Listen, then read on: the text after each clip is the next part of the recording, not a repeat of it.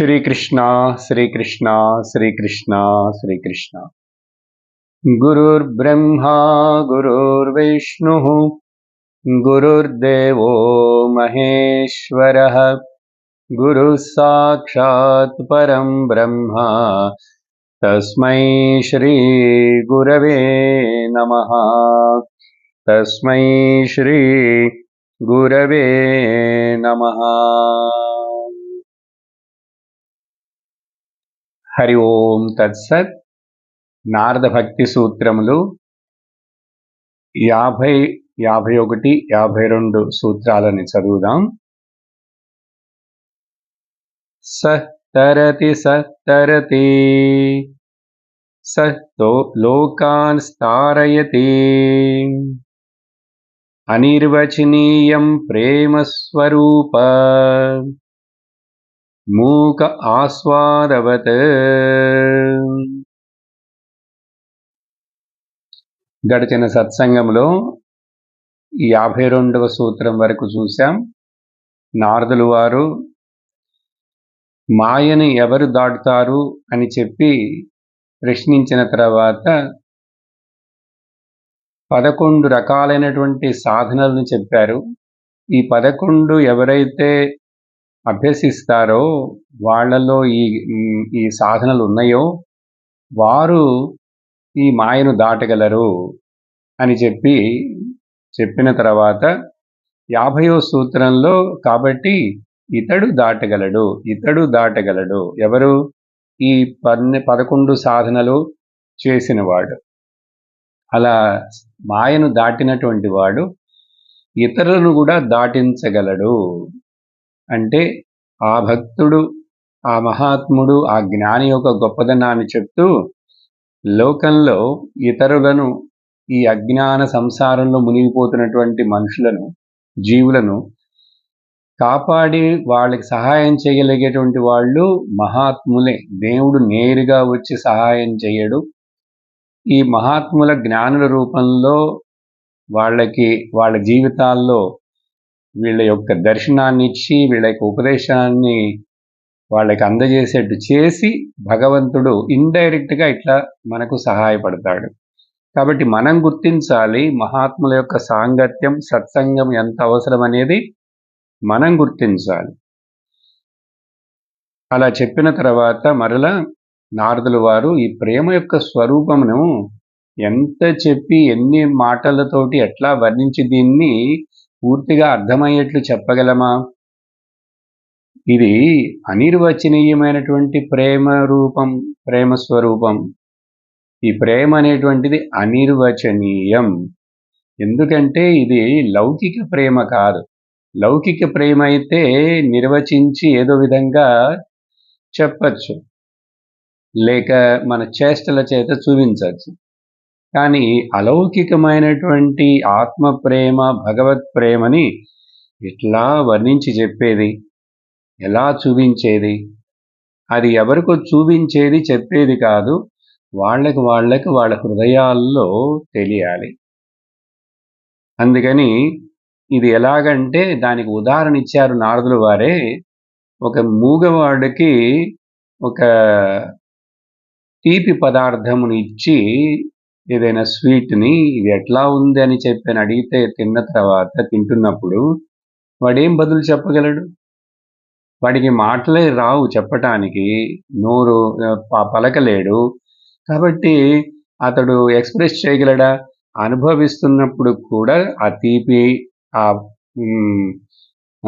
ఆ గులాబ్ జాము, రసగుల్లాను దాని యొక్క టేస్ట్ని అనుభవిస్తున్నా కూడా కానీ చెప్పలేడు బయటికి. అట్లాంటిదని చెప్పి మనకు ఉదాహరణని ఇచ్చారు.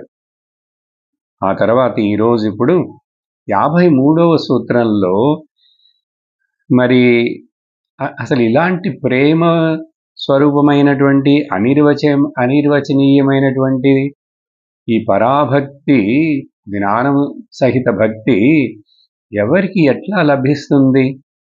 మాయను దాటడానికి మీరు అక్కడ 12 సాధనాలు చెప్పారు. సరే, మాయను దాటిన తర్వాత ఏం చేయాలి? మాయను దాటడం వల్ల ఏంటి ప్రయోజనం అంటే ఈ పరాభక్తిని, అద్వైత భక్తిని పొందటమే. అప్పుడు అది పొందాలంటే ఎక్కడో ఎవరో దాన్ని సాధించగలుగుతున్నారు. కాబట్టి ఇక్కడ ఆ రేరిటీని చెప్తున్నారు మరలా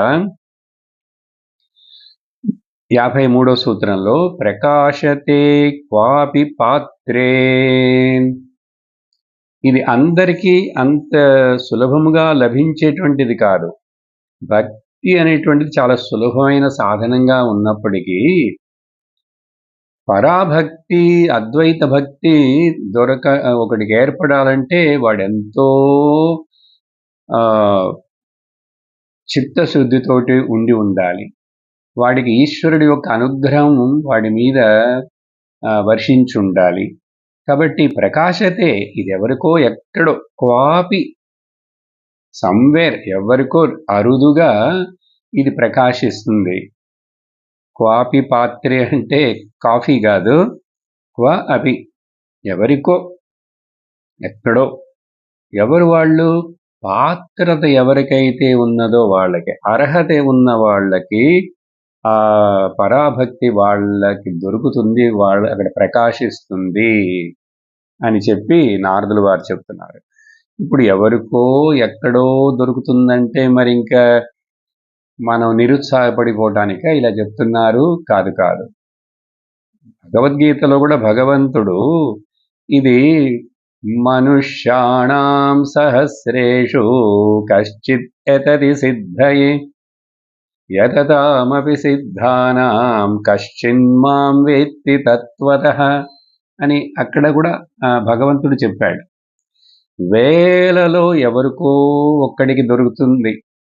ఎవరో కొంతమంది వస్తారు, కొంతమందిలో మరలా కొంతమందే మిగులుతారు, ఆ కొంతమందిలో కొంతమందే అర్థం చేసుకుంటారు, ఆ కొంతమందిలో ఎవరో ఒక్కడో రెండో మూడో వాడు చివరికి నన్ను చేరుకుంటాడు. ఇంత కష్టంగా అంటే చెప్తే మరి ఎట్లాగండి, భయపెడుతున్నారేంటి అని కాదు. అప్పుడు ఏం చేయాలి? నిజంగా నేను ఆ అద్వైత పరాభక్తి, శుద్ధభక్తి నాకు కావాలని ఆశ ఉంటే నేను ఆ మనుష్యాణం సహస్రేషు, ఆ వేలల్లో ఎవరో ఒక్కడ క్వాపి, ఎవరో ఒక్కడు పాత్రుడవుతాడు. అంటే అప్పుడు ఏం చేయాలి? నేను నన్ను నేను నాకు నేను నిర్ణయించుకోవాలి. ఆ ఒక్కడిలో, ఆ వేల మందిలో ఎవరో ఒక్కడన్నారు కదా, ఎవరో అరుదుగా అన్నారు కదా, వాళ్ళ లిస్టులో నేనుంటాను అని చెప్పి మొదట నేను నిర్ణయించుకోవాలి, ఆశించాలి. నేను అలా ఆశించకుండా ఇలా ఏదో చెప్పారు, ఇది ఎవరికో రేరుగా దొరుకుతుంది. అది మెడికల్ సీటు, ఐఐటిలో సీటు అందరికి వస్తుంది, ఎవరికో అంటారు. లక్షల మంది రాస్తున్నారు, ఎవరికో కొన్ని 10,000 సీట్లు ఇస్తారంటే నిరుత్సాహపడుతున్నారా? పిల్లలు రాస్తూనే ఉన్నారుగా. ఆ 10,000లో ఆ కొంతమందిలో నేను ఆ సీటును పొందాలని. అట్లాగా మనం కూడా ఉత్సాహంతో మొదట ఇది రేరా, ఇది చాలా గొప్ప విషయమా, ఇది పవిత్రమైనదా, ఇది గుహ్యమైనదా?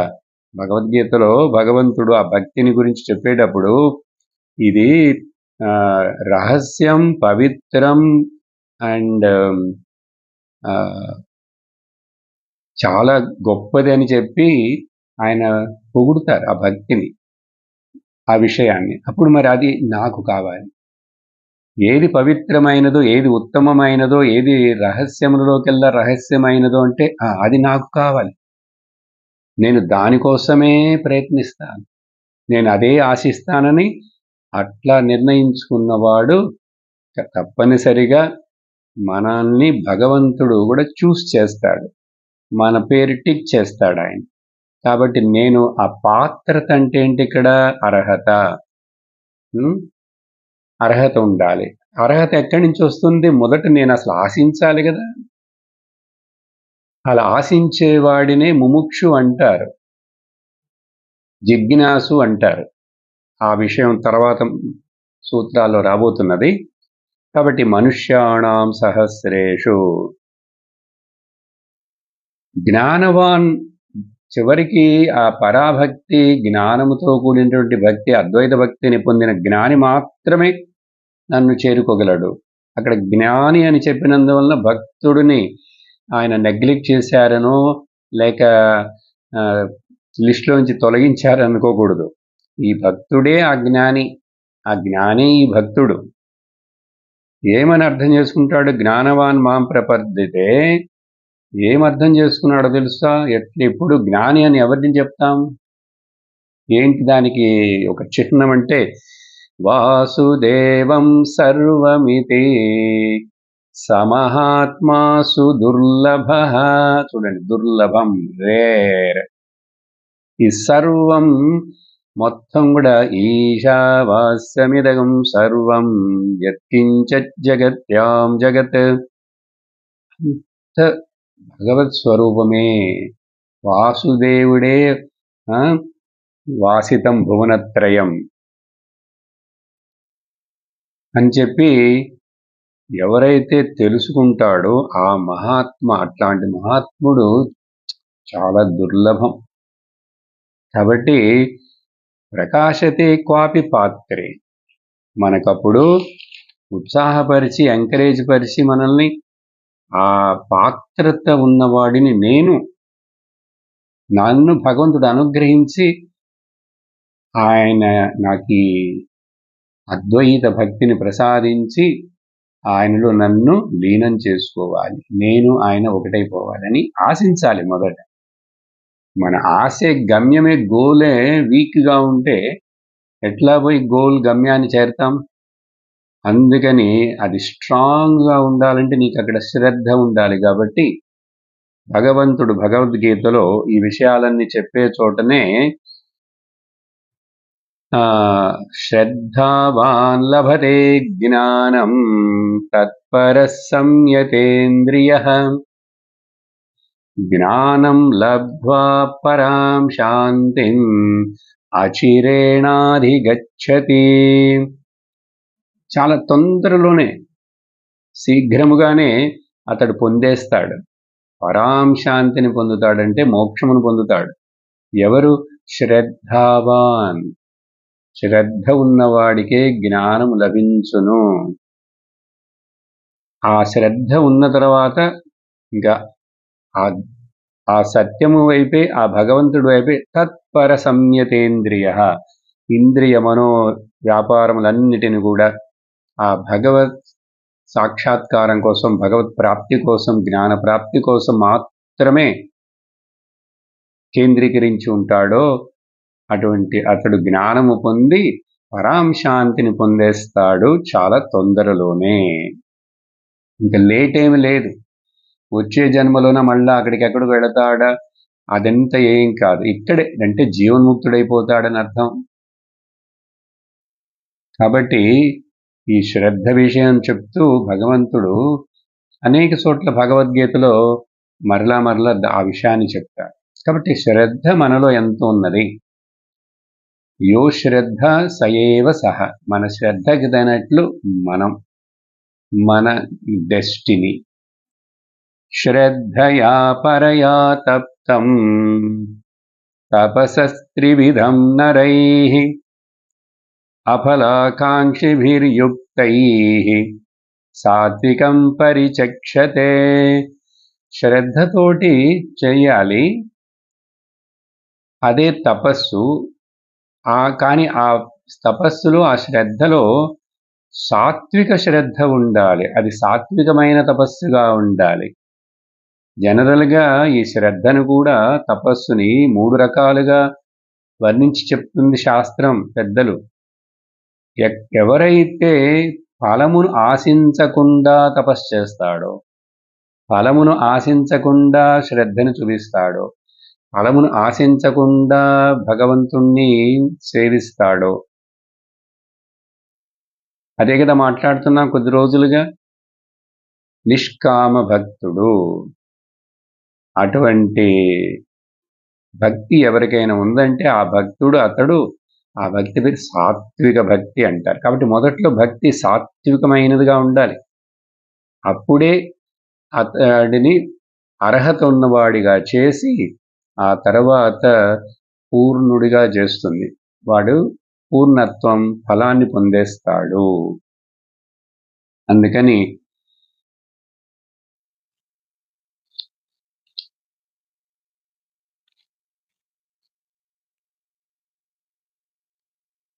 జ్ఞానవాన్ మాం ప్రపద్యతే అని చెప్పాడు కదా, ఒక ముందు శ్లోకంలో గుర్తు చేశానే. భగవంతుడు అక్కడ భక్తిమాన్ అని చెప్పలేదేనే? చెప్పచ్చు కదా అంటే, భక్తిలో పరాకాష్ఠ జ్ఞానం.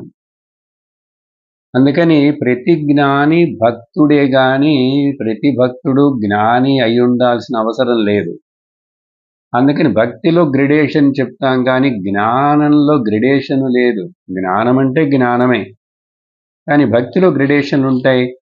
అధమ భక్తి, మధ్యమ భక్తి, పరాభక్తి. రాబోయే 2 సూత్రాల తర్వాత దానిని కూడా చూడబోతున్నాం.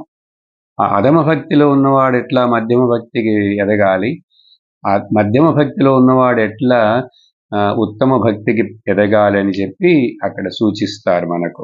కాబట్టి శ్రద్ధాభక్తులు ఉన్నవాడికి ఇది లభిస్తుంది. అందుకని ఇది చాలా కష్టము. నాకెట్లా, నీ త్యాగం చేసే బుద్ధి ఉండాలి, నిష్కాముడివై ఉండాలి. ఎందుకంటే నీకు అత్యున్నతమైనటువంటి ఏది పొందిన తర్వాత నీకు ఇంక మరొక ఆశ గాని మరొక లోటు గాని ఏమి ఉండవో, అటువంటిది పొందుతున్నప్పుడు, దాన్ని ఆశిస్తున్నప్పుడు లోకల్ స్మాల్ డిజైర్స్ ఇవన్నీ కూడా మరి వదిలేసేయాలి కదా. ఏమండి, చిన్న చిన్న వాటిని లెక్కిస్తామా? ప్రపంచంలోనే ధనవంతుడుగా ఉన్నవాడు ఇంట్లో ఈరోజు ఎంత ఖర్చు అయిందని ఆలోచిస్తాడా? వంటకి, పని వాళ్ళకి? అసలు అతడికి అవి లెక్కలోనే ఉండవు. ఎందుకంటే ఆయన గోలు, అతడి యొక్క సంపద చాలా పెద్దది. అప్పుడు చిన్న చిన్నది ఇంట్లో పని అమ్మాయికి ఎంత ఇస్తున్నారు, ఎందుకు అంత ఇస్తున్నారు, వీటిని గురించి పట్టించుకుంటాడా, ఆలోచిస్తాడా, బాధపడతాడా? అట్లాగా ఆ తర్వాత 54వ సూత్రంలో ఇటువంటి అనిర్వచనీయమైనటువంటి పరమ ప్రేమ స్వరూపం, ఈ పరాభక్తి, దాన్ని వర్ణించడానికి వీలు కాదు, మూగివాడు చెప్పలేనట్లుగా ఇది ఎవరికో దుర్లభంగా దొరుకుతుంది అని చెప్పిన తర్వాత, ఆ భక్తి అంత దుర్లభం అండి. అది ఏమిటి దాని యొక్క గొప్పదనం? మరలా మొదట్లో చెప్పారు కొన్ని సూత్రాల్లో, ఇప్పుడు 54వ సూత్రంలో మరలా 54, 55 2 సూత్రాలలో ఒక 10 భక్తి యొక్క స్వరూప వర్ణనం, భక్తి లక్షణాలు, భక్తుడి లక్షణాలు కాదు, భక్తి అంటే ఏమిటి అనేది. అప్పుడు మనకు అర్థమవుతుంది అసలు మనం చేసేది భక్తేనా, అది ఏ లెవెల్లో ఉంది, ఎక్కడున్నాము, ఎంత ఎదగాలి, మనం ఎంత అర్థం చేసుకోవాలి, మారాలి అని. మొదట ఏం చెప్తున్నా, సూత్రం చదువుతాను. గుణరహితం కామనారహితం ప్రతిక్షణ వర్ధమానం అవిచ్ఛిన్నం సూక్ష్మతరం అనుభవరూపం. 6 లక్షణాలు, ఈ స్వరూప లక్షణాలు, భక్తి స్వరూపం చెప్తున్నారు. మొదట ఇది గుణరహితం అంటున్నారు. గుణరహితం. ఈ గుణరహితం అనేటువంటిది, ఆ భక్తుడు నిస్త్రైర్గుణ్యో భవతి అనేటువంటిది మనకు 47వ సూత్రంలోనే చెప్పారు. గుణాలను గురించి అక్కడ నేను మీకు వివరించాను. గుణాలను గురించి ఇక్కడ మరలా ఆ గుణరహితమైన భక్తి గుణరహితమైనది కాబట్టి, ఈ భక్తుడు అటువంటి భక్తి తనలో ఉద్భవించేందుకు అతడు నిస్త్రైర్గుణ్యుడు అవుతాడు. నిస్త్రైర్గుణ్య భవతి. ఇప్పుడు ఇక్కడ గుణరహితం అంటే ఏమిటి? గుణరహితమని బ్రహ్మనికి చెప్తాం, ఆత్మకి చెప్తాం, పరమాత్మకి చెబుతాం. కానీ ఇక్కడ భక్తికి వెళ్ళి గుణరహితం అంటున్నారేంటి? మనం జనరల్గా భక్తి అంటే అనేక గుణాలతో ఉన్నటువంటి ఆ దేవుడి రూపం, అనేక రూపాలు, అనేక గుణాలు, అనేక ఆయుధాలు, అనేక వస్త్రాలు, అనేక ప్రసాదాలు, ఇవన్నీ రకరకాలు చెప్తేనే కదా అక్కడ. ఇక్కడ గుణములంటే మనం సత్వరజస్తమో గుణములని తీసుకోవచ్చు బ్రహ్మమని చింతిస్తే. కానీ భగవంతుడు సహజంగా ఆ పరమాత్ముడు నారాయణుడు సకల కళ్యాణ గుణ గణ నిధుడు అని చెప్తాం కథల్లో. మరి భాగవతంలో అట్లాగే చెప్తారు, సకల కళ్యాణ గుణంగళ్, మంచి గుణాలన్నీ ఎవరి ఎందైతే ఉన్నాయో గుణ సంపన్నుడు అని. అట్లా గుణ సంపన్నులు మనుషులు కూడా అవ్వచ్చు. ఎప్పుడైతే మనుష్యుడు గుణ సంపన్నుడు, ఏ గుణం? సాత్విక గుణం, శుభగుణములు, శుభవాసనలు అవి ఉన్నప్పుడు మనుషుడు మహాత్ముడైపోతున్నాడుగా. ఆ విధంగా తీసుకుంటే సగుణ రూపంలో ఉన్నప్పుడు ఆ గుణాలన్నీ ఉన్నాయని చెప్పి భగవంతుణ్ణి మనం మొదటి లెవెల్లో అట్లా ఆరాధిస్తాం. కానీ ఇక్కడ గుణరహితుడు, నువ్వు ఏ గుణాన్ని అట్రిబ్యూట్ చేయలేవు అక్కడ. ఇక్కడ ఇప్పుడు ఇలా చెప్పేటప్పుడు మనం ఏం తీసుకోవాలంటే సత్వరజస్తమో గుణములకు సంబంధం లేనటువంటిది. అది ఏమిటి? సత్వరజస్తమో గుణములు సంబంధం ఉన్నది మాయ. మాయ అంటే ప్రకృతి. అప్పుడు నీవు గుణములతోటి గనక భగవంతుణ్ణి అదే విధంగా నువ్వు అనుకుంటూ అలా పూజిస్తూ అలా ఆరాధిస్తూ ఉంటే జీవితాంతం నువ్వెలా మాయలోంచి బయటపడతావు? గుణములతో కూడినట్లు మాయ. గుణములకు అతీతుడు కావాలనే కదా ఇక్కడ చెప్పారు, నిస్త్రైర్గుణ్యో భవతి అని. అప్పుడు దేని గురించి చెప్తున్నారు అంటే భక్తి మనం అనుకుండే సాధారణ భక్తి గురించి కాదు ఇక్కడ. చూడండి, lord is life, life is love, love is self. చిన్న చిన్న పదాలు అందరికి అర్థమవుతాయి. ఎందుకంటే దేవుడంటేనే జీవితం అంతా దేవుడే. జీవితం అంటే ప్రేమ స్వరూపమే. ప్రేమ స్వరూపం అంటే ఆత్మ. అప్పుడు ఇక్కడ చెప్పేటువంటి గుణరహితం అంటే ఆత్మ గుణరహితం. బ్రహ్మన్ ఒకటే, రెండు. ఆత్మ అన్నాను, బ్రహ్మం అన్నాను, పరమాత్మ అన్నాను, మార్చి మార్చి మాటలు మాట్లాడతాం కానీ గుణరహితం. అందుకనే గణేష స్తుతి రాశారు ఎవరో చక్కగా. దాంట్లో ఒక శ్లోకంలో ఆరాధిస్తున్నది ముందు ఉన్నటువంటిది ఏనుగు తొండం ఉన్నటువంటి వక్రతుండ మహాకాయ సూర్యకోటి సమప్రభ వినాయకుడు అన్నా కూడా ఆ స్తుతి ఎట్లా రాశారో చూడండి. గుణాతీతమానం చిదానందరూపం చిదాభాసగం సర్వగం జ్ఞానగమ్యం. గుణాతీతం, సచ్చిత్ స్వరూపం, చిదానంద రూపం.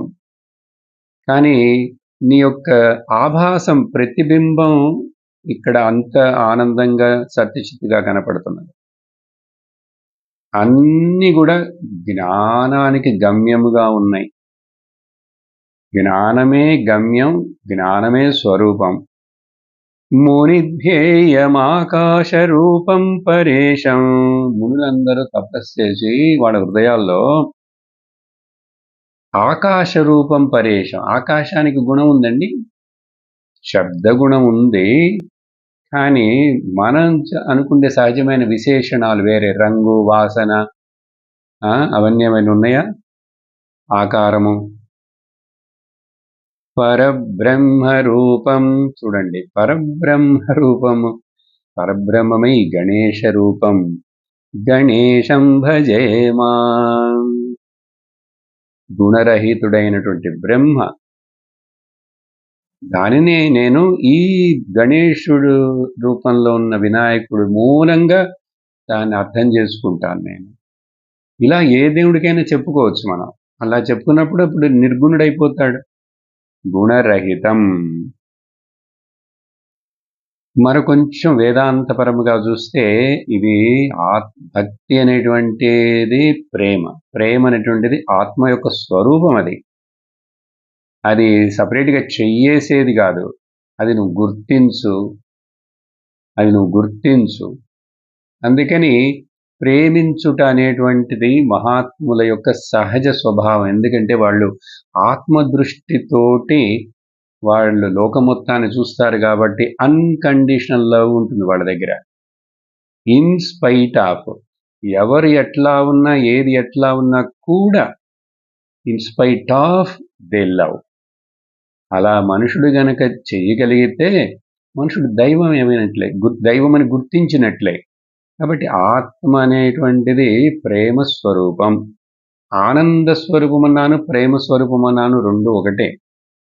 కానీ ప్రేమ అనే పదాన్ని ఇక్కడ భక్తి శాస్త్రంలో ఇక్కడ వాడుతున్నాం కానీ భగవద్గీతలో కానీ ఉపనిషత్తులో కానీ ఎక్కడ ప్రేమ అని ఉపయోగించకుండా ఆనందో బ్రహ్మేతి వ్యజానాత్ అట్లా ఉపయోగించబడింది. అర్థం ఒకటే. ఆనందం అంటే అనంతం, ఆనందం అంటే ప్రేమ, ఆనందం అంటే సంతోషం, అన్లిమిటెడ్. కాబట్టి గుణరహితం. చిన్న ఉదాహరణ కావాలి మనకు అనుకుంటే ఎట్లా అర్థం చేసుకుండేదని, మన కళ్ళకు కనిపించే పంచభూతాల్లో ఒకటైనటువంటి ఆకాశమే దాంట్లో గుణరహితంగా ఉందది. గుణరహితం. దానికి ఆకారం లేదు, రంగు లేదు. అది ఎప్పుడు వేరే పంచభూతాలు మారినట్లుగా అది మారట్లేదు. వేరే పంచభూతాలు ఒకదానికొకదానికి ఎఫెక్ట్ చేస్తుంటాయి. కానీ ఆ 4 కలిసి కూడా ఆకాశాన్ని ఏమి ఎఫెక్ట్ చేయలేవు. చూసారా? లేక ఇంకా కొంచెం లోతైన ఉదాహరణ అంటే పదే పదే చెప్పేటువంటి మన నిద్ర. నిద్రలో ఏ గుణము లేదక్కడ. గుణములు ఏదైనా ఉండుంటే మనస్సు పనిచేస్తుండేదే. మనస్సు పనిచేయట్లేదు కాబట్టి గుణాలేవి పనిచేయట్లేదు కాబట్టి నేను ఎట్లా ఉన్నాను? ఆనందంగా ఉన్నాను. అక్కడ నన్ను ఎవరైనా నాకు ప్రేమను చూపించాలా? నేనే ప్రేమ స్వరూపంగా, ఆనంద స్వరూపంగా ఉన్నాను కాబట్టి అక్కడ భేదములే పోయినాయి. ఆ భేదములు పోతే భేదములు ఇప్పుడు మరి మెలకువలో ఆ పరిస్థితి లేదు కదండి. అంటే మెలకువలో భేదములు ఉన్నప్పటికీ in spite of the differences who recognises this non differentiated గుణరహితమైనటువంటి ఆత్మతత్వంగా అంతటా అన్నిటి యందు ఎప్పుడు వ్యాపించున్నది. దాని స్వరూపమే ప్రేమ. చూడండి ఎక్కడ అద్వైతము, ప్రేమ, భక్తి అన్ని కలిసిపోయినాయి. సపరేట్ చేయలేం వీటిని. ఇలా చెప్తున్నారు. ఇప్పుడు ఇక్కడ ఏదైనా ఈ గుణములతోటి ఉన్నది అంటే అది లౌకిక ప్రేమ, లౌకిక అటాచ్మెంట్ ఉంది కదా, లౌకిక ఇది కూడా లవ్, ప్రేమ అంటుంటాం కదా. కానీ భగవద్గీతలో భగవంతుడు క్లియర్గా చెప్పేశాడు, అది సత్వగుణమైనా సరే అది బంధిస్తుంది. అది ఒక రకమైనటువంటి అటాచ్మెంటే లోకంలో. అందుకని ఆయన 14 అధ్యాయంలో గుణత్రయ విభాగ యోగంలో వీటిని చక్కగా ఇట్లా వివరించి చెప్పారు. సత్వగుణం వలన ఏమిటి, రజోగుణం వలన ఏమిటి, తమో గుణం వలన ఏమిటి. ఇది ఇప్పుడు మనం వింటే ఇది మనం తర్వాత వచ్చే సూత్రంలో కూడా ఇది ఉపయోగపడుతుంది. సత్వగుణాన్ని గురించి చెప్పేటప్పుడు కృష్ణుడు అక్కడ ఏం చెప్పాడంటే, తత్ర సత్వం నిర్మలత్వాత్ ప్రకాశకమనామయం చూసారా ఇప్పుడు ముందు సూత్రంలో ప్రకాశతే క్వాపి పాత్రే అని చెప్పాం కదా. ప్రకాశతే ఎందువలన ఎవరి మనస్సులో అయితే సత్వగుణం ముందు బాగా నిండి ఉండాలి, ఆ తర్వాత దాన్ని కూడా దాటేస్తాడు. సత్వగుణము కూడా మనస్సుకి ప్రకృతికి చెందిందని తెలుసుకుంటాడు జ్ఞానం చేత. కానీ మొదట సత్సంగానికి రావాలంటే, సత్సంగం వినాలంటే, సత్సంగాన్ని అర్థం చేసుకోవాలంటే, ఈ విషయాల మీద రుచి రావాలంటేనే మనలో సాత్విక గుణం ఎక్కువ పర్సెంటేజ్ లేకపోతే ఇది జరగదు. చూసారా? ఇది వింటున్న వాళ్ళు శ్రద్ధతోటి రెగ్యులర్గా నేను భావిస్తాను, నేను వివరించే ఈ నారద భక్తి సూత్రాలు ఇవి సాధారణ భక్తికి సంబంధించినదిగా మనం మాట్లాడటం లేదు. మోక్షమునకు ముముక్షువుని దృష్టిలో పెట్టుకొని మాట్లాడుతున్నాం వేదాంత బ్యాక్గ్రౌండ్ తోటి. అది నచ్చిన వాళ్ళు ఆనందించి వింటారు, లేకపోతే భక్తి సూత్రాలని చెప్పి ఏమిటి ఇదంతా మాట్లాడుతున్నారు, ఇదేమిటి అసలు కథ అని చాలా కొంచెం మొదట్లో కష్టంగా ఉంటుంది. కానీ క్రమముగా కొంచెం ఓపికతోటి అర్థం చేసుకున్న వాళ్ళు వింటారు. అందుకని భక్తి సూత్రాలు కాబట్టి ఇదేదో భాగవత కథలాగా పాటలతోటి భజనలతోటి ఉంటుందని అనుకోకూడదు. ఇది నిజమైన అధ్యయనం చేస్తున్నాం మనం. ఇది అందరికీ సూట్ అవుతుందా లేదా అనేది నాకు తెలియదు, భగవంతుడు నిర్ణయించాలి. కానీ చెప్పవలసింది ఇది, ముముక్షువులుగా అవ్వాలి, మనం జిజ్ఞాసులుగా అవ్వాలి. అప్పుడే మనం ఆ పరాభక్తి అద్వైత భక్తిని పొందగలం, జీవితానికి సార్థకం మోక్షం. సరే, ఇక్కడ ఏం చెప్పారు చూసారా? అక్కడ సత్వం చేత నిర్మలత్వం, నిర్మలంగా ఉంటుంది కాబట్టి ఏ ఉపద్రవమును కలిగించనటువంటి, నష్టమును కలిగించనటువంటి ఒక ప్రేమ ఏర్పడుతుంది సత్వగుణంలో, ప్రకాశయతే. కానీ అది కూడా ఒక స్థితిలో తర్వాత సుఖ సంగేన బధ్నాతి జ్ఞాన సంగేన చానఘ. ఓ అర్జున, ఓ సిన్లెస్ అర్జున, సుఖం సంగేన, సత్వగుణంలో సుఖం ఉంటుంది, కానీ అది కూడా వచ్చిపోయే సుఖంగా. సత్వగుణం అంతసేపు ఉంటుందా? మధ్యలో కొంచెం కొంచెం ఫ్లక్చుయేషన్ ఉంటూనే ఉంటాయి ఈ ఉపాధి లెవెల్లో చూస్తున్నప్పుడు. కాబట్టి సుఖ సంగేన కూడా, సుఖము కూడా ఒక బంధమే. ఎందుకంటే పుణ్యపాపాలు ఎట్లా బంధం అని చెప్తామో, సుఖ దుఃఖాలు అనేటువంటిది సహజంగా మనం మాట్లాడే లౌకిక లోకల్ అవన్నీ కూడా బంధమే అంటున్నారు కృష్ణుడు. బధ్నాతి. కానీ ఇది చాలా మంచిది, ఉపద్రవం ఉండదు. అదే కదా ప్రకాశకం. అనామయం అంటే దీని వలన ఎవరికి నష్టం ఉండదు.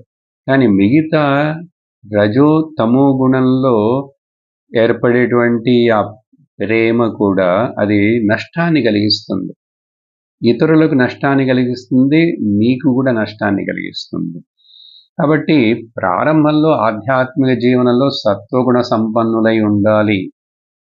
అందుకనే మరొక చోట భగవంతుడు సత్వాత్ సంజాయతే జ్ఞానం, సత్వగుణము లేనివాడికి జ్ఞాన అర్హతను పొందేందుకు అవకాశం లేదు. జ్ఞాన అర్హతలు లేనివాడికి జ్ఞానం పొందే అవకాశం లేదు. కాబట్టి సత్వాత్, సత్వగుణము చేత మొదట యాజ్ ఏ స్టెప్పింగ్ స్టోన్ జ్ఞానం ఉద్భవించేందుకు నీకు సపోర్ట్గా ఉంటుంది. జ్ఞానం వచ్చిన తర్వాత తెలుస్తుంది అసలు ఈ గుణాలు లేని, గుణరహితమైనటువంటి, గుణాతీతుడినైనటువంటి ఆత్మను నేను అని. అలాగే రజోగుణం గురించి చెప్పేటప్పుడు రజో రాగాత్మకం విద్ధి తృష్ణాసంగ సముద్భవం తన్నిబధ్నాతి కౌంతేయ కర్మ సంగేన దేహినాం. రజోగుణ స్వభావంతో ఉన్నప్పుడు ఏమవుతుంది తెలుసుకో, కోరికలు ఎక్కువ ఉంటాయి అక్కడ. అట్లా కోరికలు ఉండి ఆ కోరికల చేత ఏర్పడినటువంటి సంఘం, ఉద్భవం అది కూడా ఇతన్ని బంధిస్తుంది. ఉదాహరణకు చెప్పాలంటే ఇప్పుడు మనుషుల మధ్యలో ఉన్నటువంటి ప్రేమలోని ఈ 3 భేదాలున్నాయి. సాత్వికమైన ప్రేమ చూపిస్తే అక్కడ కూడా ప్రాబ్లమ్స్ ఉంటాయి. రజోగుణ ప్రేమ అంటే ఎక్కువ ప్రాబ్లం ఉంటుంది. అప్పుడేం చేస్తాం? మనం ప్రేమించే, మనం ఇష్టపడే వాళ్ళని వాళ్ళకి ఒక గీత గీసి ఇది దాటకూడదు, నువ్విట్లా ఉండాలి, అప్పుడే నాకిష్టం, నువ్వు ఉండాల్సిందే అని చెప్పి వాళ్ళని ఏం చేస్తాం? కంపల్షన్ చేస్తాం. వాళ్ళని కంపల్షన్ చేసి, డిక్టేట్ చేసి, డిమాండ్ చేస్తాం. ఎందుకంటే అది రజోగుణం. ప్రేమే భార్య భర్త మధ్య కానీ ఇక్కడ ఎవరైనా కానీ ఇట్లా ఒక గీత గీసి పిల్లలు కానీ నువ్వు నేను చెప్పినట్లు వినాల్సిందే, నేను నీకు ఎంత చేశానో తెలుసా, నువ్వు ఇట్లా చెప్పింది వినకుండా వెళ్ళొచ్చా అని చెప్పి వాడిని మనం ఫోర్స్ చేయకూడదు. ఎందుకు చేస్తున్నామంటే వాడు ఎదుటివాడు మంచి చేస్తున్నాడా చెడు చేస్తున్నాడా అది కాదు విషయం ఇక్కడ. నేను ఇట్లా మరి మా అబ్బాయి అంటే నాకు ప్రేమ అండి, మా భర్త అంటే నాకు ప్రేమ కదా అని చెప్పి ఆయన మీద దబాయిస్తాను, నేను ఇంపోజ్ చేస్తాను అని చెప్పి, లేకపోతే నాకు కోపం వస్తుందంటే రజోగుణ ప్రేమ అది. దానివల్ల నీకు శాంతి ఉండదు. కేవలం బంధం ఏర్పడిందే కానీ ఇంకా మూడోది చెప్తే ఇంకా కొంచెం ఎక్కువ ఉపద్రవం. ఇప్పుడు రెండో దాంట్లో ఉపద్రవం ఉంది. మొదట సాత్విక ప్రేమలో ఉపద్రవం లేదు. ఉపద్రవం అంటే నష్టం. తమోగుణం చూడండి. తమస్త్వజ్ఞానజం విద్ధి, తమస్త్వజ్ఞానజం విద్ధి మోహనం సర్వదేహినాం ప్రమాదాలస్య నిద్రాభిః తన్నిబధ్నాతి భారత. అక్కడ గుణమును జనరల్గా వివరిస్తున్నారు, నేను దాంట్లో ప్రేమను ఇంక్లూడ్ చేసి చెప్తున్నాను. ఈ తమో గుణం ఉన్న వాళ్ళు అజ్ఞానం చేత తమో గుణం కాబట్టి వీళ్ళు ఇంకా అజ్ఞానం వలన, ఈ తమో గుణం వలన మోహనం, డెల్యూడ్ అయిపోతారు. డెల్యూడ్ అయిపోయిన తర్వాత అంటే భ్రమిస్తారు. అసలు ఏం చేస్తున్నాడు? ప్రేమే. ఇప్పుడు ఒక అమ్మాయిని ప్రేమించాడు అంటాడు, ఆ అమ్మాయి మీద ప్రేమే. కానీ ఇది తమో గుణమైనటువంటి ఆ భ్రమ ప్రేమ ఏర్పడినప్పుడు ఏమవుతుందంటే ఇతడు చాలా క్రూయల్గా ప్రవర్తిస్తాడు. తమో గుణం ఏం చేస్తాడు? నేను ప్రేమిస్తాను, నువ్వు నన్ను చేసుకో అంటే, నువ్వు నన్ను వదిలావంటే అని చెప్పి కోపం వచ్చి అమ్మాయి ముఖం మీద యాసిడ్ చల్లేస్తాడు, కత్తితో గీరుతాడు.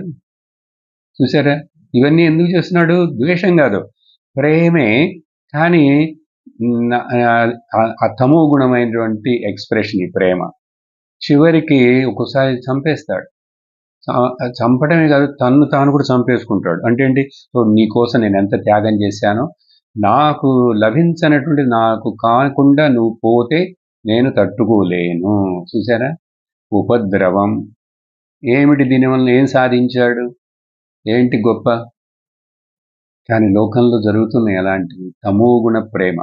ఏదో విధంగా ఇలాగా నేను నిన్ను లైక్ చేస్తున్నాను, ఐ లవ్ యూ అని చెప్పి అట్లా చెప్పి రజోగుణ తమో గుణములతోటే మనం ఈ లోకంలో ఎక్కువ మంది బతుకుతుంటారు.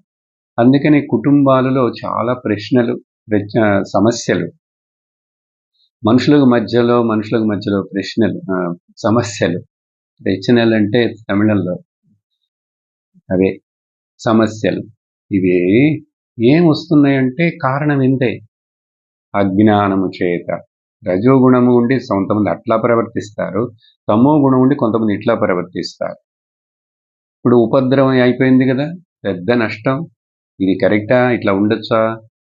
కాబట్టి ఈ గుణరహితమైనటువంటి ప్రేమని నువ్వు గనక అర్థం చేసుకున్నావంటే నీ ప్రేమ అన్కండిషనల్గా ఉండాలి. కానీ అండి వినండి, లోకంలో ఈ అన్కండిషనల్ లవ్ని చూపించటం అనేటువంటిది చాలా చాలా కష్టం. ఓన్లీ త్యాగబుద్ధి ఉన్నటువంటి మహాత్ములు, ఉత్తమ భాగవతులు, భక్తులే చూపించగలరు. లేకపోతే సాధారణ మనుషులు చూపించలేరు. అందుకని మనం ఆ స్థితికి ఎదగాలి. అందుకని గుణరహితం అని చెప్పబడింది. సరే, తర్వాత రెండో విషయం, ఈ భక్తి ఏంటో తెలుసా? కామనారహితం. కామనారహితం. దీంట్లో అసలు డిజైరే లేదు. అది దేనిని ఆశించదు. ఈ భక్తి, ఈ జ్ఞానముతో కూడినటువంటి భక్తి, ఆత్మ ఆశ అనేటువంటిది, అసలు ఆశ అనేటువంటిది మనస్సుకు సంబంధించిందే గాని ఆత్మలో ఆశ లేదు. ఎందుకంటే ఆత్మ దృష్టి అంతా ఆత్మ ఒకటే, నేనే. ఇంకా నేనే అంతటా ఉన్నప్పుడు నేను దేన్ని ఆశిస్తాను? అందుకని మహాత్ములు ఇతరుల సుఖాన్ని చూసి వీళ్ళు ఆనందాన్ని పొందుతారు. అలాగే ఇతరుల దుఃఖంలో కూడా వీళ్ళు అయ్యో ఇట్లా కష్టపడుతున్నారని వీళ్ళు ఫీల్ అవుతారు. కారణం అంటే వాళ్ళు ఐడెంటిఫై చేసుకోగలరు. అందుకే దాన్ని సర్వత్ర సమదర్శనం అంటాం, సమభావం. ఇది ఉంది కాబట్టి ఇక్కడ నాకు అనేది డిజైర్ లేదు. అంటే అర్థం ఏంటి? ఇది మనస్సు లెవెల్లో చెప్పట్లేదు. ఈ విషయాన్ని అర్థం చేసుకోవాలి మీరు. మనస్సు అంటేనే అక్కడ ఇవన్నీ ఉంటాయి. ఇప్పుడు మనం మాట్లాడేది మనస్సుకు అతీతమైనటువంటిది. మనస్సుకు అతీతమైనది ఏంటి? ఆత్మ. అది గుణరహితం కాబట్టి అది కామనారహితంగా ఉంది. దానికి ఇవ్వటమే తెలుసు గాని పుచ్చుకోవటం తెలియదు. అది దేనిని ఆశించదు. ఎందువలనంటే అది పూర్ణం. దానికి అసలు నాకు ఇది లేదు అనే కొరత లేదు. చూసారా? అందుకనే మనల్ని మనం ఆత్మగా గ్రహించామంటే అదే పరమ భక్తి, అదే పరమ ఆనందం. కాబట్టి ఆ తర్వాత నేను ఆనందాన్ని డిస్ట్రిబ్యూట్ చేసేటువంటి డిస్ట్రిబ్యూటర్గా ఉంటాను. నేను ఆనందాన్ని పంచిపెట్టేటువంటి జనరేటర్గా ఉంటాను. నేను డిపెండెంట్గా ఉండను. నేనెందుకు ఆనందాన్ని, ప్రేమను ఎవరి దగ్గర నుంచి అడగాలి? నేను అందరికీ పంచి పెడతాను ఆనందాన్ని. ఇది ఎవరు చెప్పగలరు? ఎవరో ఒక మహాత్మా చెప్పాడు, ఒక భక్తుడు చెప్పాడంటే, చేశాడు, చూపించాడంటే నువ్వు చెయ్యి, నువ్వు చూపించు, నువ్వు ఆ స్థితికి రావాలని ఆశపడు. మంచిదే కదా, గొప్పదే కదా. వల్ల కాదని చెప్పకూడదు. వల్ల కాదని చెప్పావంటే నువ్వు చాలా బలహీనుడు అని అర్థం. అందుకని భగవంతుడు ఈ బలహీనుడుగా ఉన్న వాళ్ళని ఒప్పుకోడు. నువ్వెందుకు బలహీనుడు అని అనుకుంటావు? నేను ఇస్తాను నీకు శక్తి, బలం. నువ్వు రెడీగా ఉండు. ఉపనిషత్తు అందుకని బలహీనులైన వాడికి ఆత్మ లభించదని చెప్పేస్తుంది. ఆయమాత్మ బలహీనేన లభ్యః కామనారహితం. తర్వాత మూడో విషయం, ప్రతిక్షణం వర్ధమానం. ఇది నువ్వు ఎంత ఇవ్వగా అది అంతగా పెరుగుతుంటుంది. చూసారా దీంట్లో గొప్పదనం? ఎంత ఇస్తుంటే అంత ఆనందం ఉంటుంది. కానీ లోకంలో లౌకికులకి వాళ్ళు ఎంత పొందితే అంత ఆనందం అనుకుంటారు. ఇవ్వాలంటే చాలా ఏడుస్తూ ఏడుపు ముఖంతో ఇస్తారు. అయ్యో పోయిందే, ఇవ్వాల్సి వచ్చిందే అని. అందుకనే త్యాగం అనేటువంటిది ఏం గొప్పదిగా చెప్పబడింది మన శాస్త్రంలో. త్యాగే నైకే అమృతత్వమానశు. త్యాగము చేయడం ఎవరికైతే తెలుసో, ఆ గుణం ఉందో, అతడే త్యాగము చేత మాత్రమే అమృతత్వమును పొందగలడు. ఏం త్యాగం చేయాలి? ఇదో ఈ గుణాలు, ఈ లోకంలో ఉన్న విషయాలు, ఈ ఎక్స్పెక్టేషన్లు అన్నిటిని త్యాగం చేయి. అందుకనే సన్యాసం. న్యాసం అంటే త్యాగం. సమ్యక్ న్యాసం సన్యాసం.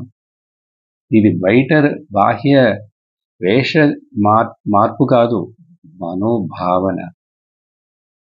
నేను నేను ఈ ప్రపంచంలోంచి నేను పొందుతున్నాను కాదు, నేను ఎంత ఇస్తున్నానని. What I'm getting from the world అని ఆలోచించకూడదు. What I'm giving to the world. ఒకవేళ నీకు అక్కడి నుంచి కొంచెం వస్తే నీవు దానికి డబుల్ ఇవ్వాలి. You pay back and give double. అప్పుడు అది నిస్వార్థ బుద్ధి, త్యాగ బుద్ధి, విశాల బుద్ధి, మహాబుద్ధి, శుద్ధ బుద్ధి అంట. ఇది ప్రతి క్షణం పెరుగుతూనే ఉంటుంది. అంటే ఏంటి? అసలు యాక్చువల్గా ఆత్మలో పెరగటం లేదు, తరగటం లేదు. కానీ ఈ ప్రతిక్షణ వర్ధమానేటువంటిది ఇది మనసుకి సంబంధించిందిగా చెప్పుకోవచ్చు ఇప్పుడుకి. ఎందుకంటే ఈ పెరుగుదలలు తగ్గుదలలు అనేటువంటిది ఆత్మలో ఎక్కడున్నాయి? నేను పూర్ణమని చెప్పాను ఇప్పుడు పైన. కానీ ఇది ప్రతి క్షణక్షణం పెరుగుతూనే ఉంటుందంటే అర్థం ఏంటి?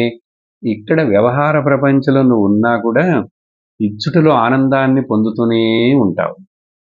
ఇప్పుడు ఉదాహరణకు ఈ మాట్లాడుతూ ఈ చెప్తూ ఉంటే చెప్పంగా ఇంకా ఇంకా ఇంకా ఇంకా లోతుగా దాంట్లో ఆనందాన్ని పొందుతూ ఇంకా చెప్పాలి, ఇంకా ఇవ్వాలని అనిపిస్తుంది.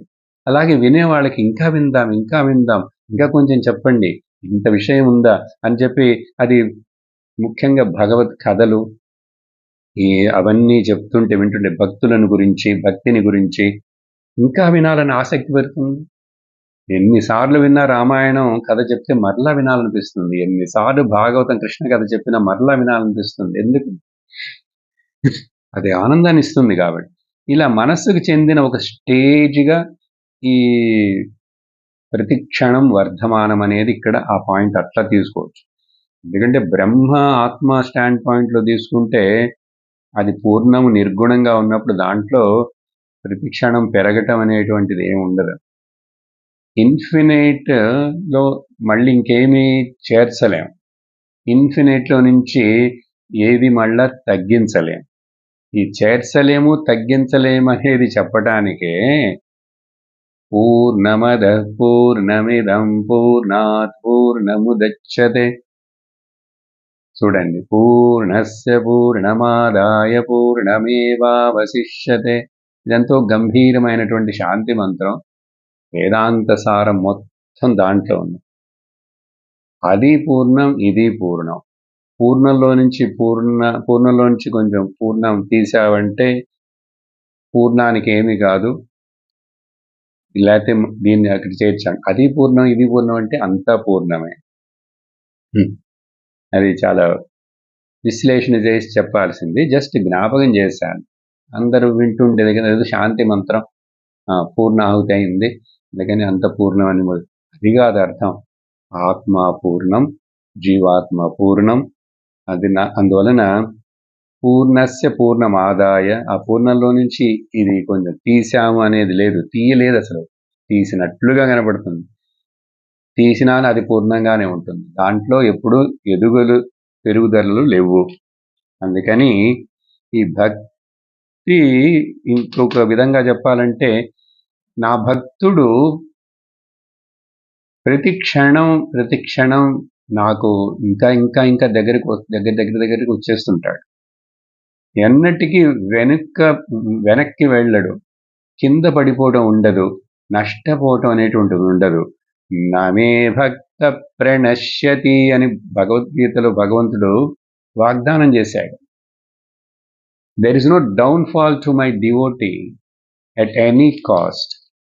బయట విషయాలు, లోకంలో అతడు కొన్ని విషయాల్లో ఫెయిల్యూర్ అయి ఉండొచ్చు, అతడి దగ్గర ఎక్కువ డబ్బులు లేకుండా ఉండొచ్చు, అతడి పేరు పొగడ్తలు లేకుండా ఉండొచ్చు, పర్వాలేదు. కానీ అతడు నాకు దగ్గరగా ఉన్నవాడు, నాకు సన్నిహితుడు.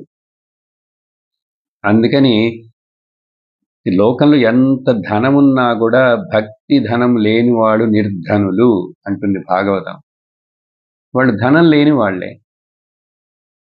ఈ భక్తి ధనం ఎవరు లోపలైతే ఉందో వాడు నిజమైన ధనవంతుడు. అని చెప్పి ఆ రకంగా అర్థం చేసుకోవాలి ఇది. అంటే చెప్పగా చెప్పగా, వినగా వినగా, ఇవ్వగా ఇవ్వగా, ఆలోచించగా ఆలోచించగా ఇంకా అది పెరుగుతూనే ఉంటుంది. ఆనందంగా ఉంటుంది.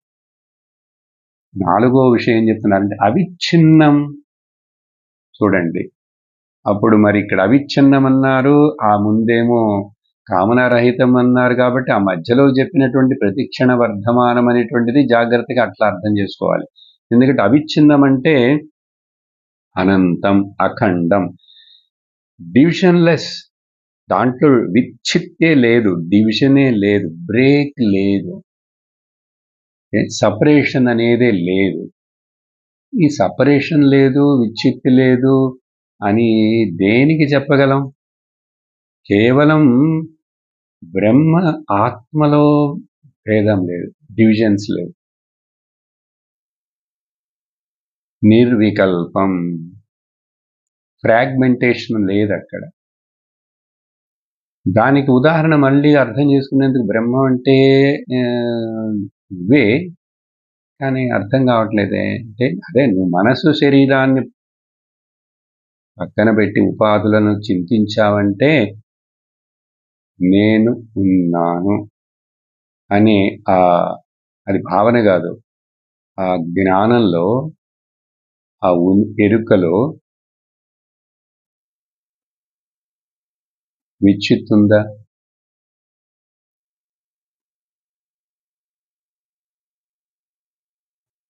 మనస్సు బయలుదేరితే విచ్ఛిత్తి వస్తుంది, ఆలోచనలు మారుతూ ఉంటే బ్రేక్ అవుతున్నాయి. కానీ నేను ఉన్నాను అనే ఎరుకలో విచ్ఛిత్తి లేదు. సో ఆత్మా స్వరూపం బ్రహ్మలో విచ్ఛిత్తి లేదు కాబట్టి, అది అఖండము కాబట్టి. మరి ఆకాశాన్ని చింతించచ్చు. ఆకాశంలో విచ్ఛిత్తి ఉంది ఎక్కడైనా? ఏ విధంగా? ర్యాకెట్ ఎంత స్పీడ్ అయినా వెళ్ళనివ్వండి, ఎంత పెద్ద తుఫాన్లు రానివ్వండి, భూకంపాలు రానివ్వండి, అగ్నికొండలు బద్దలవనివ్వండి, పైనుంచి ఉల్కలు గ్రహాలు కింద పడనివ్వండి, ఆకాశంలో ఏదైనా, ఆకాశం అక్కడ కొంచెం బెండ్ అయిపోయిందిట, ఆకాశం అక్కడ సొట్టబడిందిట, కొంచెం విరిగి అక్కడ ఏళ్లాడుతున్నది అనే కథ ఎక్కడైనా ఉందా? ఏ సైంటిస్ట్ అయినా, ఏ పురాణమైనా చెప్పిందా? చెప్పండి. త్రిశంకు స్వర్గాన్ని సృష్టించాడంటే అతడు కూడా స్వర్గం అనేది ఒక లోకం, ఒక గ్రహం అని మెచ్చుకోండి, ప్లానెట్ లాంటిదే, ఒక ప్లేస్.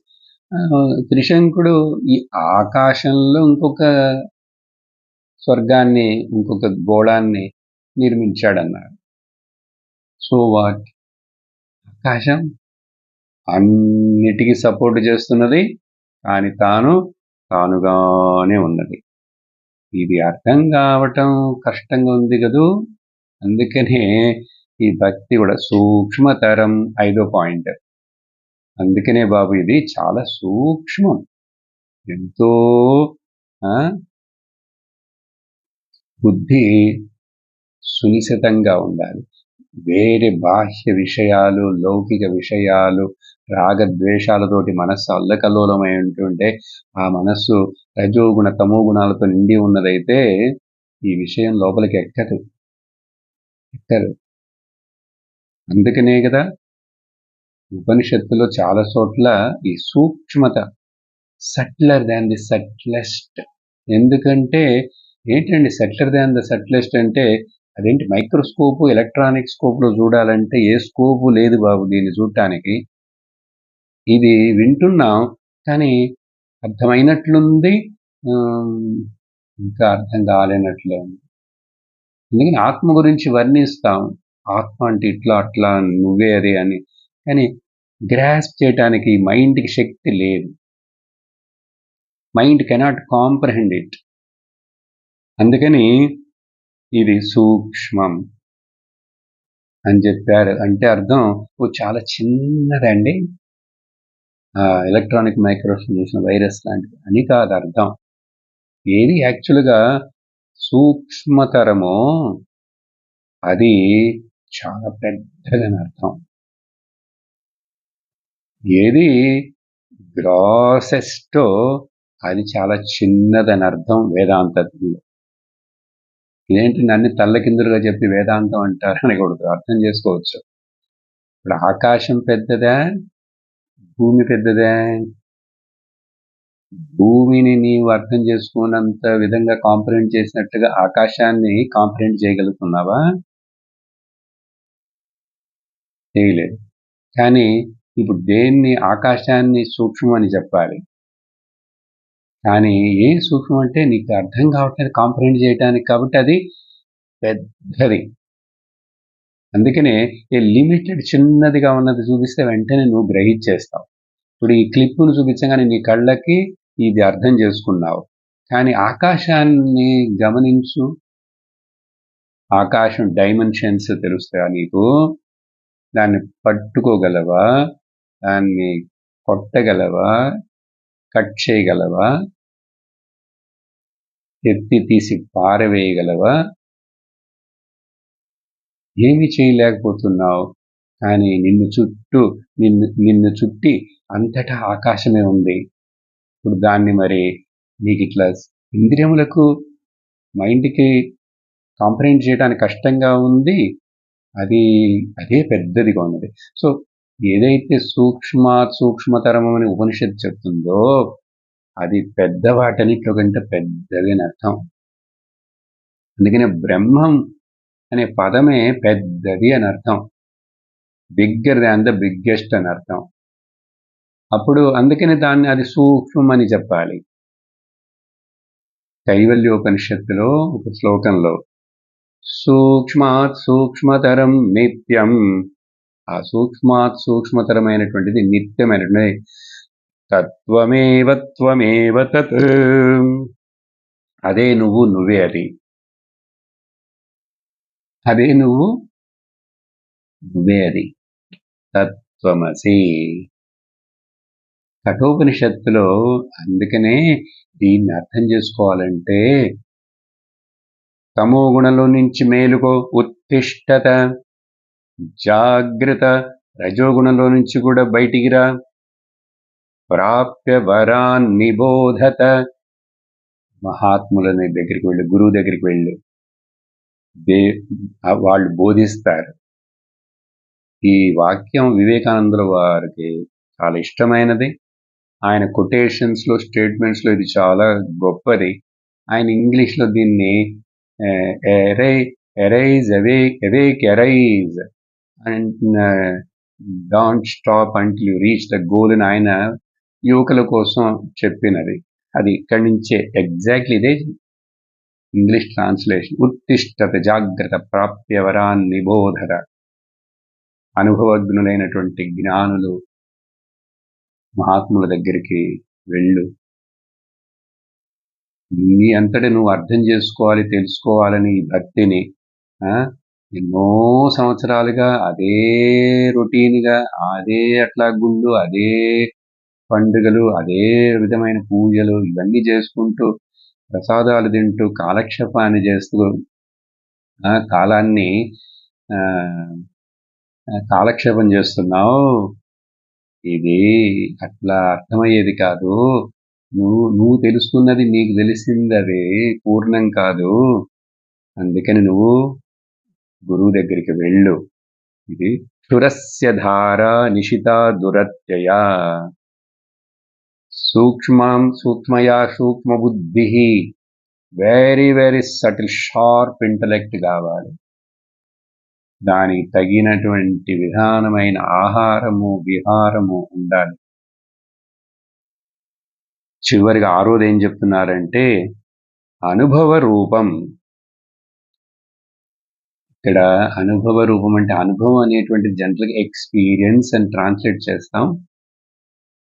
ఎక్స్పీరియన్స్ అనేటువంటిది అన్ని కూడా మనస్సుకు సంబంధించినవి. ఇంద్రియముల ద్వారా I experience the name and form, colour and through the eyes, మనస్సు తెలుసుకుంటుంది. ఇట్లా మనస్సు ద్వారా ఏర్పడే అనుభవాలన్నీ లౌకిక అనుభవాలు. కానీ ఇక్కడ ఆత్మ భక్తిని గురించి మాట్లాడుతున్నాం. ఇది భక్తి అనేటువంటిది అసలు నిజంగా అనుభవంలో ఉన్నది ఏంటంటే అంటే నిరంతరము, భవ ఉన్నది, నిరంతరము ఉన్నది. అనుభవంలో ఉన్నదంటే నిజంగా అదే గాని నా స్వరూపమే గాని అనుభవంలో ఉన్నది. అసలు ఈ జగత్ నామరూప ప్రపంచం నిజంగా అనుభవంలో లేదు. ఎందువలనంటే నీకు మనస్సు ద్వారా ఏర్పడే ఈ నామరూప ప్రపంచ అనుభవాలన్నీ కూడా అనుభవం ఏర్పడుతున్నది, పోతున్నది, ఏర్పడుతున్నది, పోతున్నది. అవి కంటిన్యూస్గా మారుతూనే ఉన్నాయి. గమనించి చూడండి. ఏ అనుభవం కూడా ఒకే రకంగా ఎప్పుడు అట్లా లేదు. ఏ ఇంద్రియ ఆనందంగా అనుభవం గాని ఎప్పుడు అదే అలాగే లేదు. ఆ అనుభవాల్లో గ్రెడేషన్లు ఉన్నాయి, తారతమ్యాలు ఉన్నాయి. అవి వస్తున్నాయి, పోతున్నాయి. కానీ ఈ వస్తూ పోతూ ఉన్నటువంటి తారతమ్యాలతో కూడి ఉన్నటువంటి ఈ అనుభవాలన్నిటినీ సాక్ష్య రూపంలో గమనిస్తూ విట్నెస్గా ఉన్నటువంటి చైతన్యమైనటువంటి నేను నిజమైన అనుభవం, నిజమైన నిజానుభవం, నిజలాభం, నిజ అనుభవం. ఇది నిజం. అందుకని ఇది అనుభవ రూపం. మిగిలినవన్నీ అనుభవ రూపం కాదు, ఇల్యూషన్. ఇప్పుడు ఎండమావులు చూసామండి, కళ్ళకి అనుభవపడింది నిజమా? ఆకాశానికి నీలం రంగు కన్నుకి అనుభవపడింది నిజమా? ఇంద్రధనుస్సు నిజమా? చూడండి, ఇలా అనేక ఉదాహరణలు చెప్తాను. కానీ ఇప్పుడు ఉదాహరణాన్ని నిజానికి అప్లై చేయండి, దృష్టాంతాన్ని దాష్టాంతానికి. అదే విధంగా బాబు, నువ్వు చూస్తున్నది ఏది కూడా నిజం కాదు. ఎందువలనంటే అది ప్రతిక్షణం మారుతూనే ఉన్నది. ప్రతిక్షణం మారేదాన్ని నువ్వు ఎట్లా అది నిజమని, అది అనుభవమని చెప్తావు? అందుకని సైంటిస్ట్కి రీసెర్చ్ చేయడం కూడా చాలా కష్టంగా ఉంది. అది ఇప్పుడు చూసిందే కొంచెంసేపు తర్వాత చూస్తే మైక్రోస్కోప్లో మళ్ళా అది మారుతున్నది. ఒకడు చూసి ఇంకొక సైంటిస్ట్ వెంటనే చూస్తే ఇతడికి కనపడింది, ఇతడికి గోచరమైంది, అతడికి కనపడింది, గోచరమైంది వేరుగా ఉంది. చూసారా? ఇట్లా అనేక ఫ్యాక్టర్స్ మీద ఆధారపడి ఉన్నటువంటి ఇంద్రియ అనుభవాలను అసలు నిజంగా అనుభవం అని చెప్పగలమా? కానీ అన్ని అనుభవాలకు వెనకాల ఉన్నటువంటి నిజ అనుభవం, స్వరూప అనుభవం, నేను ఉన్నాను, నాకు తెలుసు అనేది అనుభవ రూపం. చూడండి, భక్తి నుంచి ఎక్కడికి వెళ్ళిపోయినామో. స్టార్ట్ చేసింది పదం భక్తి, కానీ ఇప్పుడు భక్తి, ఆత్మ, నేను, ప్రేమ, భేదం లేదు గురించి అన్నిటికీ, అన్నీ ఒకే వార్తలు. అందుకే నేను చెప్పాను కదా, దేవుడు, నేను, జీవితం, భక్తి, ప్రేమ, ఆత్మ అన్నీ ఒకటే. కాబట్టి ఈ సూత్రం ఈరోజు 2 సూత్రాలే అయినాయి, పర్వాలేదు. చాలా ముఖ్యమైన విషయం. 6 విషయాలను ఇక్కడ చూసాం. 55వ సూత్రంలో మరొక 4 చెప్తారు. ఆ సూత్రాన్ని చదువుతాను, ఇప్పుడు వివరించను, మీరు కొంచెం చింతించవచ్చు. తత్ప్రాప్య తదేవ అవలోకయతి, తదేవ శృణోతి, తదేవ భాషయతి, తదేవ చింతయతి. ఇది అర్థం చేసుకున్న తర్వాత కూడా ఈ భక్తుడు ఇంకా మరి శరీరం ఉంది, జీవితం జరుగుతున్నది, వ్యవహారం, అన్ని ఉపాధులు ఉన్నాయి, కాబట్టి ఉన్నప్పటికి కూడా మళ్ళీ ఏమైనా కిందకి దిగజారిపోతాడా, పక్క రోడ్లోకి వెళ్ళిపోతాడంటే లేదు. అదే చింతిస్తుంటాడు, అదే కాంప్రహెండ్ చేస్తుంటాడు, ఫీల్ అవుతుంటాడు, దానినే వింటుంటాడు, దానినే మాట్లాడుతుంటాడు, దానినే చింతిస్తుంటాడు. అంటే ఏమిటి సార్?